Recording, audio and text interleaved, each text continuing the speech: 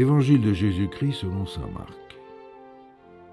En ce temps-là, Jésus se mettait en route quand un homme accourut et tombant à ses genoux lui demanda « Bon maître, que dois-je faire pour avoir la vie éternelle en héritage ?»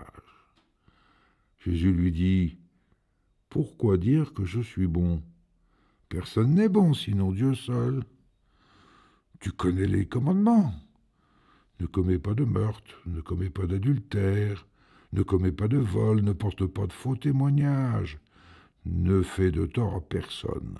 Honore ton père et ta mère. » L'homme répondit « Maître, tout cela je l'ai observé depuis ma jeunesse. » Jésus posa son regard sur lui et il l'aima.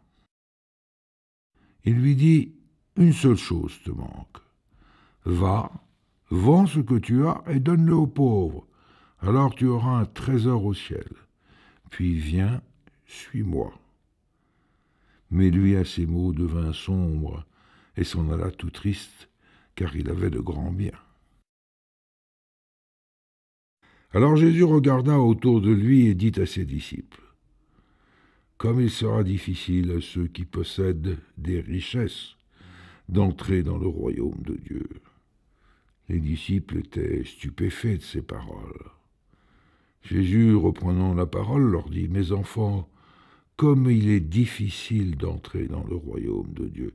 Il est plus facile à un chameau de passer par le trou d'une aiguille qu'à un riche d'entrer dans le royaume de Dieu. » De plus en plus déconcertés, les disciples se demandaient entre eux : « Mais alors, qui peut être sauvé ?»